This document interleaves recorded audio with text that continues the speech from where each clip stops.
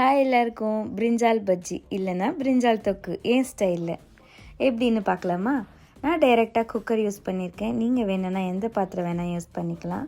பாத்திரத்தில் எண்ணெய் ஊற்றி எண்ணெய் சூடானதும் கடுகு, உளுந்து, பூண்டு, பச்சை மிளகாய், நீட்டாக கட் பண்ண வெங்காயம், கறிவேப்பிலை, உப்பு இது எல்லாம் போட்டு நல்லா கோல்டன் ப்ரௌன் ஆகிற வரைக்கும் வதக்கி விட்டுட்டு கட் பண்ணி வச்சுருக்க கத்திரிக்காவையும் தக்காளியும் சேர்த்து ஒரு 1 மினிட் நல்லா எல்லா இன்க்ரீடியன்ஸும் கலந்து விட்டுட்டு நான் 4 கத்திரிக்காய்க்கு 1 கிளாஸ் தண்ணி யூஸ் பண்ணியிருக்கேன். நீங்கள் யூஸ் பண்ணுற குவான்டிட்டிக்கு ஏற்ற மாதிரி தண்ணி அட்ஜஸ்ட் பண்ணிக்கோங்க.